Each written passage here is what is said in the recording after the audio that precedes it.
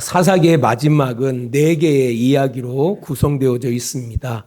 미가의 산당과 제사장, 네이 제사장 이야기, 미가의 제사장과 단지파 이야기, 어떤 네이 사람과 그의 첩 이야기, 이스라엘 지파와 베냐민과의 전쟁 이야기로 이제 사사기는 마무리 되어집니다. 이 네 가지 이야기들은 동일하게 한 메시지를 전달하고 있습니다. 오늘 잠깐 성경 찾기를 통해서 그 메시지가 무엇인지를 함께 읽어보도록 하겠습니다. 먼저 사사기 17장 6절 말씀입니다. 찾으셨으면 우리 같이 읽습니다. 시작. 그때에는 이스라엘에 왕이 없으므로 사람마다 자기 소견에 옳은 대로 행하였더라. 아멘.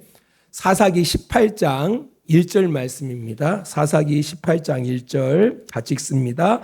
그때에 이스라엘에 왕이 없었고 단 지파는 그때에 거주할 기업의 땅을 구하는 중이었으니 이는 그들이 이스라엘 지파 중에서 그때까지 기업을 분배받지 못하였음이라. 아멘.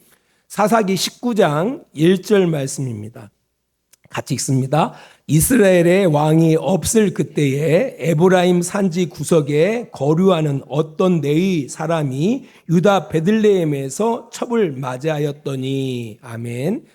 사사기 21장 25절 말씀입니다. 우리 같이 읽겠습니다. 그때에 이스라엘에 왕이 없으므로 사람이 각기 자기의 소견에 옳은 대로 행하였더라. 아멘.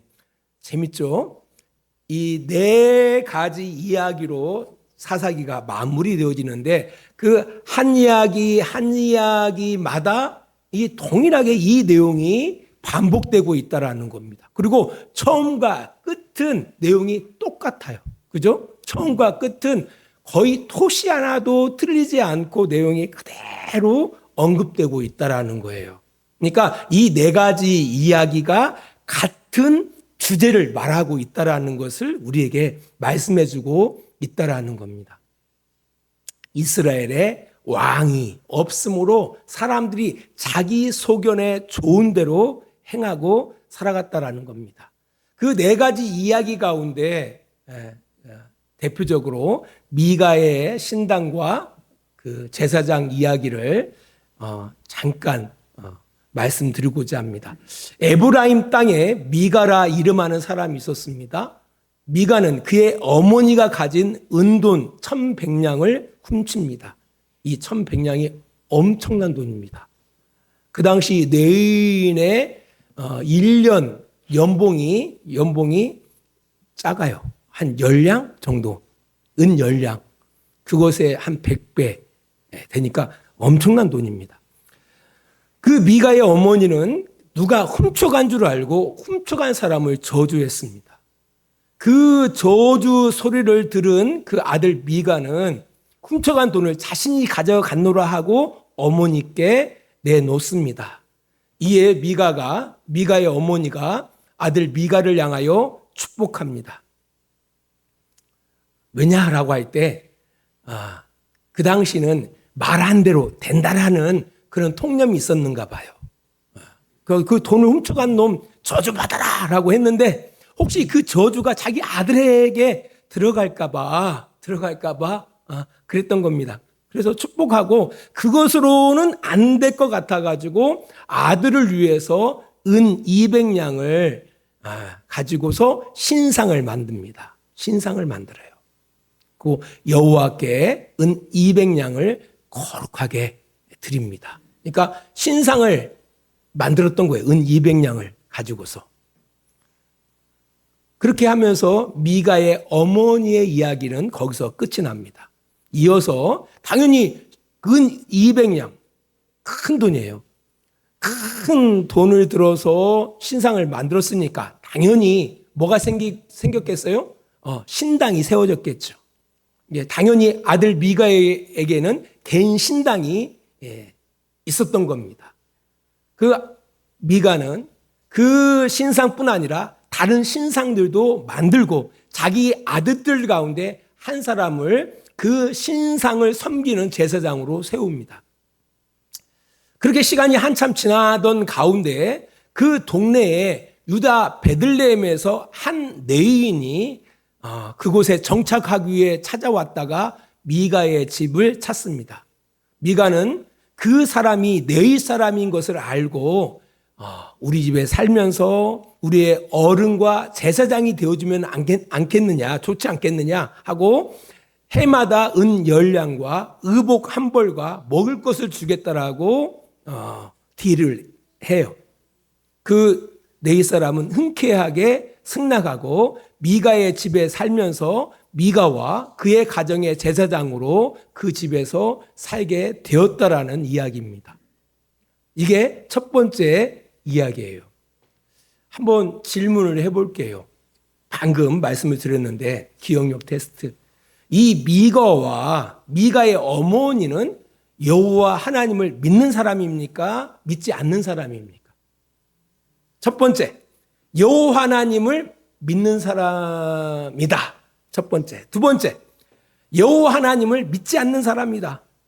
세 번째, 여호와 하나님을 믿는 것은 같은데 이상하게 믿는 사람이다. 네 번째, 모르겠다. 몇 번 같아요? 3번. 저도 3번 같아요. 그러니까 여호와 하나님을 믿는 것은 같은데 조금 이상하다. 아마 우리가 같이 공유를 했어요. 그렇다면 어떤 것이 이상한 것인지를 한번 찾아보겠습니다. 먼저 미가 어머니의 신앙을 보겠습니다. 자, 하나님을 믿는 사람이에요. 누가? 믿는 사람은 사람이에요. 이 어머니가. 근데 자기의 돈을 훔쳐갔어요. 누가? 자기 아들이 훔쳐갔어. 훔쳐갔으면 어떻게 해야 돼요? 야단을 치야지. 야단을 치하는데 야단을 치기는커녕 여호와께 복받기를 기도하고 있어요. 그죠? 그리고 그 문제를, 그 잘못된 행동에 대하여 그 행동을 교정시키기보다는 누구에게? 하나님을 위해서 신상을 만듦을 통해서 이 문제를 해결하려고 해요. 그러니까 미가의 잘못된 행동을 교정시켜야 할 텐데 그건 마땅히 누가? 미가가 매질을 하든지, 그 어머니가 뭐 해초리를 들어서 매질을 하든지 아니면 동네 사람들에게 우세를 시키든지 해가지고 이 행동을 교정시켜야 하는데 고정시키기는커녕 하나님 앞에 복을 빌 뿐만 아니라 이것을 누구에게? 하나님께, 하나님을 위한다고 하면서도 그 자식을 위해서 신상을 만들어가지고 그 문제를 해결하려고 했다라는 겁니다.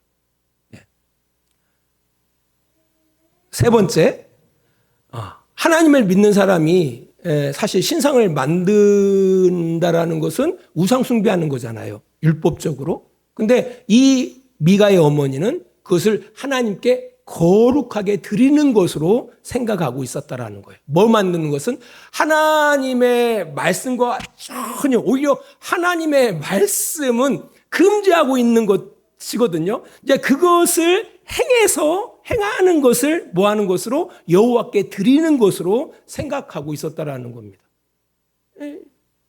그러니까 분명히 말은 여호와라고 이야기하고 있지만 그의 행동들을 바라보면은 전혀 하나님을 믿는 사람이라고 이야기할 수가 없다라는 거예요. 이제는 미가의 신앙에 대해서 살펴보겠습니다. 그는 자기 신의 가문의 복을 받기 위해서 뭐예요? 신상을 세우죠. 그죠? 자기를 위해서 세운 신상뿐만 아니라 다른 신상도 세웁니다. 그리고 자기 마음대로 제사장을 세워요. 원래 제사장은 네이 지파 가운데에서 구별된 사람을 제사장으로 세우거든요. 그런데 자기 자식들 가운데 한 사람을 제사장으로 세우고 제사장의 옷을 입힙니다. 또 심지어는 자기 자신의 복을 얻기 위해서 그 네이 지파를 고용해서 복을 빌게 만들어요. 우리 사사기 17장 13절 말씀을 잠깐 보겠습니다. 이에 미가가 이르되 내인이 내 제사장이 되었으니 이제 여호와께서 내게 복 주실 줄 아노라 하니라. 이 사람은 이런 생각을 가지고 여호와 하나님을 경외한다라고 생각했다라는 겁니다. 그러니까 이 첫 번째 이야기를 세밀하게 분석해 보지는 않았지만 그냥 대충 분석해 봐도 하나님을 나름대로 열심히 믿는 이스라엘 백성처럼 보이는데 하나님의 율법과는 전혀 상관이 없이 살아가는 모습을 보게 된다라는 겁니다. 이러니 이스라엘이 어떻게 되겠습니까? 이러니 이스라엘이 어떻게 되겠어요?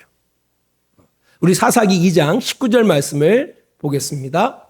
그 사사가 죽은 후에는 그들이 돌이켜 그들의 조상들보다 더욱 타락하여 다른 신들을 따라 섬기며 그들에게 절하고 그들의 행위와 패역한 길을 그치지 아니하였으므로 뭐 했다고요? 더 타락하더라는 겁니다.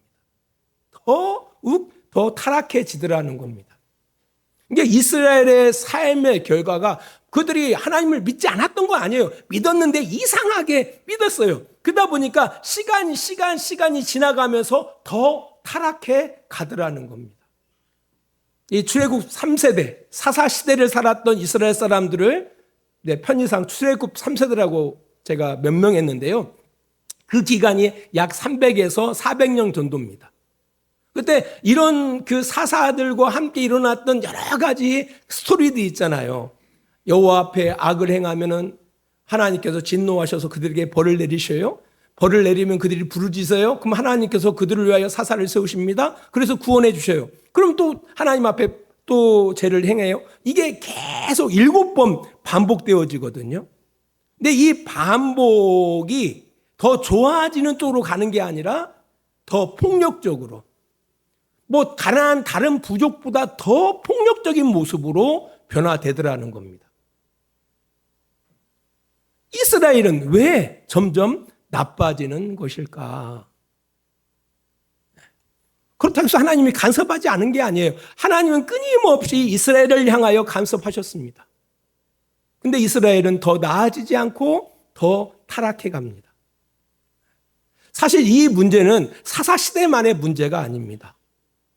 한국교회 140년 우리가 직면한 문제이기도 하다라는 겁니다. 초창기에 한국교회 신앙인들 분명히 연약함도 있었지만 그래도 그때에 이 조선 사회에서 교회에 대해서 교회 지도자들에 대해서 지금보다는 훨씬 더 존중하고 어떻게 보면은 인정을 했을 거예요. 하지만 한 140년 되어졌으면은 한국교회가 140년 정도 되어졌으면은 그때보다 훨씬 더 나아져야 하잖아요.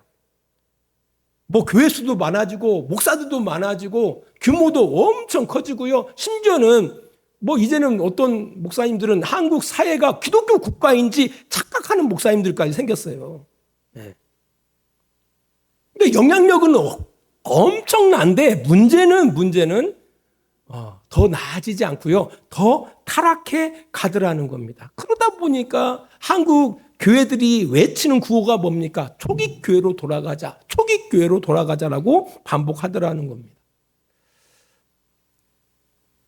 그러니까 출애굽 3세대들의 반복된 습관들이 건강한 신앙으로 나아가지 못하고 더 병든 모습으로, 더 폭력적인 모습으로 나타나는 것. 한국교회가 140년 역사를 통해서 사회에 더 좋은 영향을 끼쳐나가지 못하고 더 타락해져 가고 더 탐심이 더 커져가고 배타적이고 폭력적인 모습으로 나아가는 그 이유가 뭘까? 이 부분을 제가 사사기를 통해서 몇 가지를 한번 생각해 봤어요. 첫 번째가 뭐냐? 첫 번째는 그 애곡된 종교 생활. 그러니까 하나님의 율법과는 전혀 다른 애곡된 종교 생활이 결국은 타락을 가져왔다라고 볼 수 있습니다. 두 번째로는요, 가나안 부족들의 종교와 혼합되어지면서 그들이 더 큰 타락을 가져왔다라고 볼 수 있습니다. 세 번째로는요, 삶의 변화가 없고 복만을 추구하는 종교 생활이 더 큰 타락을 가져왔다라고 볼 수가 있습니다. 사실은 이게 지금 한국교회 140년 역사를 자랑하고 규모를 자랑하고 있지만 지금 우리의 시점을 바라보면은요, 정말 창피하기 그지없거든요. 어떤 권사님 말씀에 예수 믿는다라고 얼굴을 들 수가 없대요. 창피해서. 저는 그 가운데 그 기저에 한 가지 중요한 문제가 있다라고 저 생각해요. 그것이 바로 종교 중독입니다. 종교 중독. 이 중독은요, 꼭 중독 환자에게 국한되어지는 말이 아닙니다. 누구나 적용될 수 있습니다. 특별히 한국 사회는 술에 대하여 인심이 후하잖아요. 근데 문제는 이 한국 사회에서 성인 남성 10명 중에 7명 정도, 이게 술을 마시는 성인 남성들 가운데 그 10명 중에 7명이 알코올 중독일 가능성이 높다고 해요. 여성들은요, 술을 먹는 여성들 가운데 10명 중에 3명 정도가 알코올 중독일 가능성이 높다고 해요. 그러니까 술을 마시고 있다라면요, 언제든지 뭐로 발전할 수 있다고요? 알코올 중독으로 발전할 수 있다라는 겁니다. 근데 문제는 우리가 정신적, 신체적인 이상이 나타나기 전까지는 인식하지 못한다라는 거예요. 더 큰 문제는요, 주변은 인식하는데 정작 당사자는 인식하지 못한다라는 겁니다. 인터넷 중독도 마찬가지예요. 스마트 중독. 저도 약간 중독성이 있는 것 같아요. 잠자기 전에 하나 스마트를 보거든요. 눈도 안 좋아지더라고요. 아, 이거 중독이구나. 깨달은데도 불구하고 손이 가요, 손이 가. 휴대폰으로 손이 가요. 아무튼 이 중독에는 두 가지 유형이 있다고 그래요. 한 가지는 물질 중독, 알코올, 마약, 니코틴, 카페인, 본드 이런 화학 물질을 반복적으로 사용할 때 나타나는 중독을 말합니다. 두 번째 중독은 행위 중독이 있다고 그래요. 도박, 인터넷 중독, 쇼핑 중독 이런 특정 행동에 대한 과도한 집착을 행할 때 나타나는 중독을 말합니다. 근데 그 가운데 그 행위 중독 가운데 종교 중독이 있습니다. 제가 요즘 이것 때문에 많이 고민하고 있어요. 종교 가스라이팅. 사실 교회 목사로서 말씀드리기 참 불편하고 고통스럽지만 의외로 한국 교회 성도들 가운데 종교 중독에 빠져 있는 성도들이 참 많습니다. 이게 열심이라기보다는 중독에 가까운 성도들이 많다라는 거예요. 근데 문제는 뭐냐면요, 자신이 종교 중독에 빠져 있다는 사실을 전혀 모른다라는 거예요. 그리고 주변에서도 이 사람을 신앙이 좋다라고 이야기하지, 그런 칭찬하는 분위기예요. 저분 신앙이 참 좋아. 네. 종교 중독이라고 생각하지 않는다라는 거예요, 주변 사람들이. 그래서 그 사람의 신앙이 건강한지 아니면 중독된 신앙인지 분별하는 것이 중요한 겁니다. 참 감사하게도 우리 주양교회는 이 종교 중독에 빠진 사람이 거의 없습니다. 네, 거의라고 했어요. 있을 수도 있습니다. 이런 증상을 통해서는 우리가 분별할 수가 있어요. 일상생활에 뭔가 문제가 생기면은 그게 종교 중독입니다. 그러니까 종교 생활 때문에, 교회 생활 때문에 자기의 일상, 곧 가족 관계, 대인 관계, 직장 생활에 지장을 주고 있다면 그 사람은 종교 중독입니다. 교회 생활 중독입니다. 그리고 이 교회 중독, 이 종교 중독은요, 자식뿐만 아니라, 자기를 망치게 할 뿐만 아니라 주변 사람들에게도 피해를 끼친다라는 겁니다. 사실 건강한 신앙은요, 건강한 신앙생활은, 건강한 종교생활은요, 우리의 일상에 도움을 줍니다. 그리고 나로 인하여 내 주변 사람들도 행복하게 해줘요. 그잖아요. 우리가 신앙생활을 내가 정말 그 사람이 건강한 신앙생활을 하면은요, 주변 사람들이 행복해져요. 또 그도 행복합니다. 이제 그런 종교 중독이 이렇게 일어나는 여러 가지 이유 중에 가장 큰 원인은 교회에 있어요. 사실 교회에서 종교 중독자들을 많이 양성해 나가는 그런 분위기로 가고 있다는 거예요. 예를 들어서 추석 며칠이잖아요. 설날 며칠이잖아요. 그러면 교회에서 부흥회를 엽니다. 아시는 분들은 아실 거예요. 저는 잘 알아요, 이걸. 목사님들이 참 독특해요. 명절날에는 그래도 고향에 가서 방문해서 친지들도 만나고 인사하고 서로 이런 시간을 가져야 하잖아요. 근데 그때 부흥성회를 잡아요. 3박 4일 부흥성회.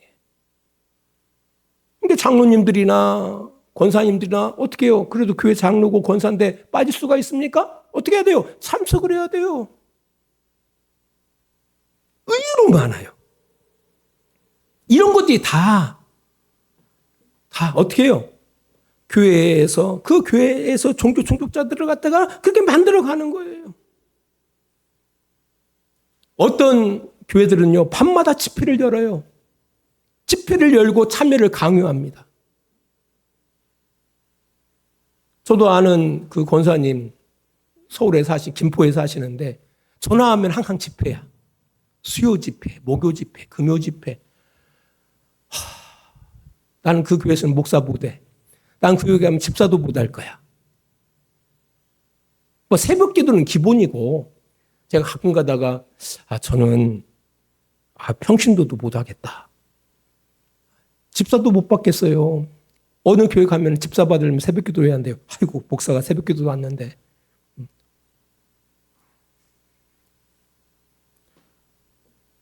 심지어는 이 종교 중독에 빠진 사람들은요, 아버지가 돌아가셨는데도 불구하고 교회 예배 때문에 참여하지 않습니다.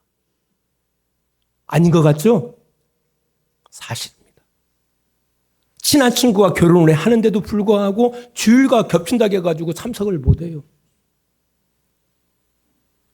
우리 교회 권사님 한 분도 아들이 군대 갔는데도 불구하고 꼭 시간이 뭐 주일밖에 안 되잖아요.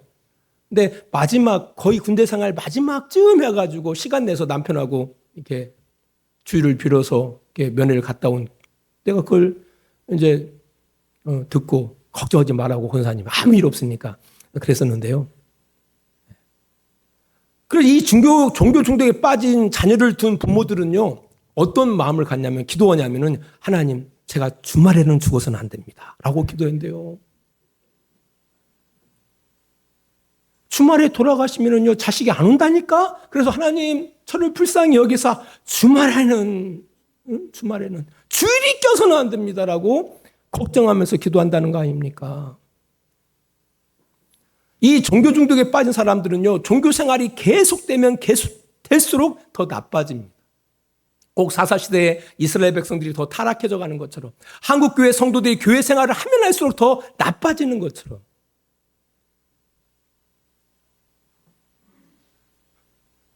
이게 사실 우리의 현주소예요.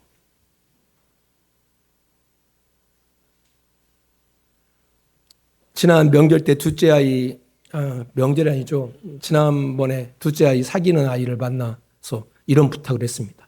너무 열심히 교회 생활하지 마라. 목사가 이런 말을 하니까 이상하게 여기더라고요. 자기의 일상을 무너뜨리는 교회 생활은요, 종교 중독이 될 가능성이 높습니다. 또한 관계를 무너뜨리는 교회 생활 역시 종교 중독일 가능성이 높다라는 겁니다. 그리고 상식이 안 통하는 교회 생활 역시 종교 중독일 가능성이 높다라는 겁니다. 사실 우리 모두가 이 중독에, 특히 종교 중독에 자유롭지 않습니다. 왜냐하면 이미 우리가 종교 생활을 하고 있거든요. 그렇잖아요. 우리가 술을 먹는 사람들에게 있어서는 알코올 중독이 자유롭지 못해요. 언제든 내가 알코올 중독자가 될 수가 있거든요. 저도 커피를 좋아하지만 가끔가다 생각할 때 잠을 못 잘 때 내가 커피를 너무 많이 마셨구나. 근데 커피 중독 가능성이 있다라는 거예요. 커피를 아예 안 마시면은요, 중독될 가능성이 없거든요. 그렇다 해서 나 아예 교회 안 다닐래. 이건 아니고요. 이건 신앙생활 참 중요한 겁니다.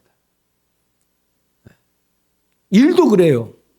일도요, 잘못하면 일 중독에 빠질 수가 있거든요. 돈도 그렇습니다. 교회 생활도 그렇다라는 겁니다.